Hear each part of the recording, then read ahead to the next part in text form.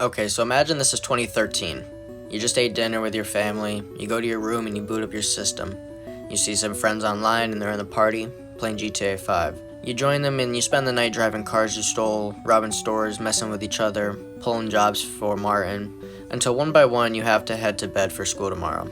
Now wake up, it's 2025 and games release unfinished, full of bugs, glitches, and a bunch of more problems. Then there's the microtransactions and the season passes. Legendary titles we played as a kid have destroyed themselves and their reputations for corporate greed, and I've noticed it, and I hope you have too.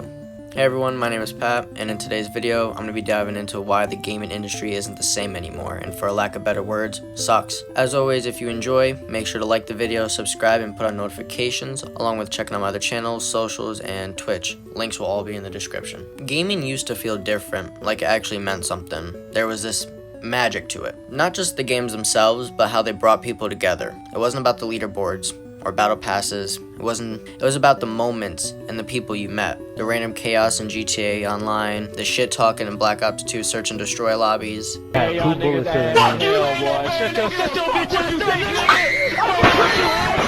Destroying your friends' houses in Minecraft and blaming it on Herobrine. But now, everything feels like a soulless product, not an experience. A shell of what games used to be. We get cookie-cutter releases with the same recycled mechanics, wrapped up in shiny trailers and hollow promises. And it's not even just nostalgia goggles. It's that these games, they had soul. The creators had passion, devs weren't just trying to cash in, they were telling stories, pushing boundaries, experimenting. Even the worst games back then at least had some character and quirks. Now we're drowning in copy and paste blandness. Let's talk money, because that's what all these AAA companies care about. It's what this all boils down to at the end of the day. Games used to release complete. You'd buy it, you'd play it, you'd own it. Now you drop $70 on a glorified beta test and get told, don't worry, the real content comes in Season 4. Oh, and while you wait for that, here's a $20 skin that you can pay for that has nothing to do with the game whatsoever. Everything is monetized, every single thing. Skins, emotes, weapons, EXP boosts. Like, anything that you can grind out in a video game, you could also just pay for. And it's getting ridiculous. Let's not even get into the loot boxes that were in a lot of different games, which was just basically gambling in disguise. Hell, some studios are proud that they made more money off of microtransactions than actual game sales. Meanwhile, the games that actually try to be good, the ones made by the tiny studios, like 3 to 5 people, if that, and in a basement somewhere, they get completely buried, drowned out by the loud, flashy cash grabs and big titles. But can we really blame these small indie game developers for that? For not breaking through? Honestly, in my opinion, not really. The truth is, we're a part of the problem.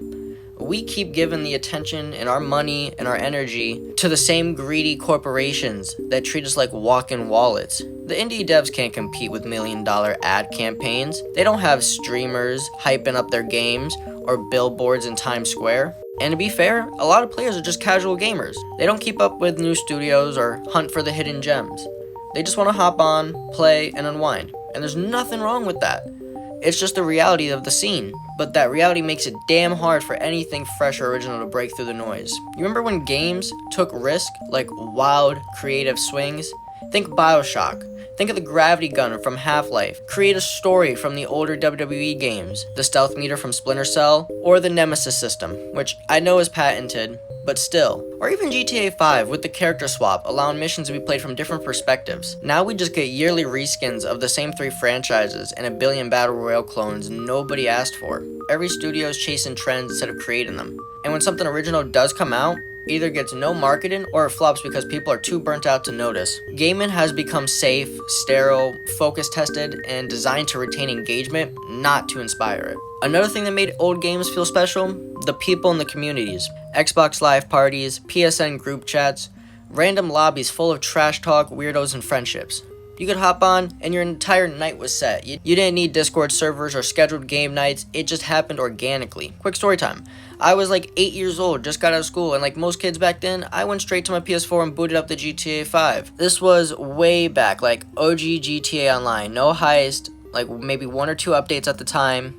But it didn't matter, I didn't need all that extra stuff because I was having the time of my life. I remember one day, I met this random group of players, bunch of kids my age, and we just instantly clicked, ended up running, a bunch of like fake heists in the game and all that stuff. We ended up hanging out and being online buddies for months. Even this one guy, can't really remember his gamer tag. I think it was like Batman something, Batman 01. Shout out to him. We stayed friends for like 2 years. And he just disappeared. I don't know what happened.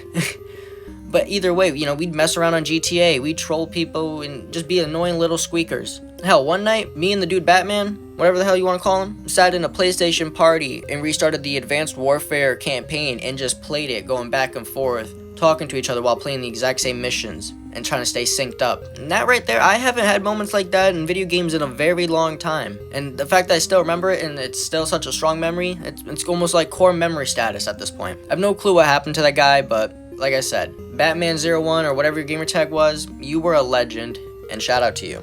Now, it feels like everyone plays alone. Even in multiplayer, no one's talking, no one's vibing. Voice chat lobby is either empty or full of toxicity, and not even funny or good toxicity. It's boring, generic, go fuck yourself. And even the good folks you do meet, they're gone in a week because they got tired of the grind or the bugs or the paywall, or just because being an adult is, you're busy. When you're an adult, you're busy.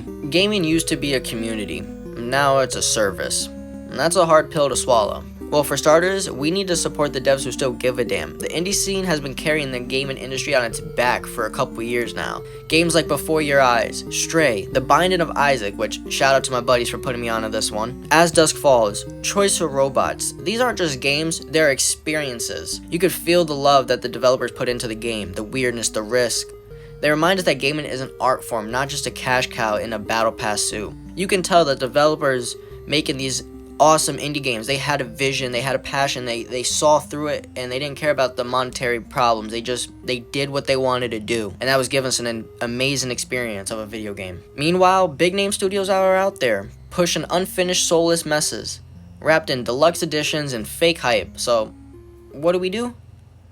Stop pre-ordering garbage and stop rewarding the laziness, and stop letting marketing override quality. If the companies keep disrespecting us and our time and our money, our intelligence, we cut them off, and loudly call it out, be annoying, go on Twitter or X, bring back the goddamn boycotts and stick to them. Companies only care when the money stops flowing in, and where their money. Companies only care when the money stops flowing in. So we need to make it stop. We're not powerless. We're the ones with the wallets, with the attention, with the voice. We are the market. If we demand better and actually stick to our guns about it, they'll have to be better. They'll have to give in. If not, they go broke. And to the devs out there, if you're listening, take some damn risk. Please, make some weird stuff. Make bold stuff.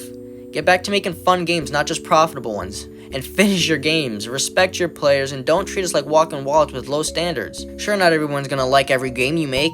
That's okay. Like I said, video game is an art, which is subjective.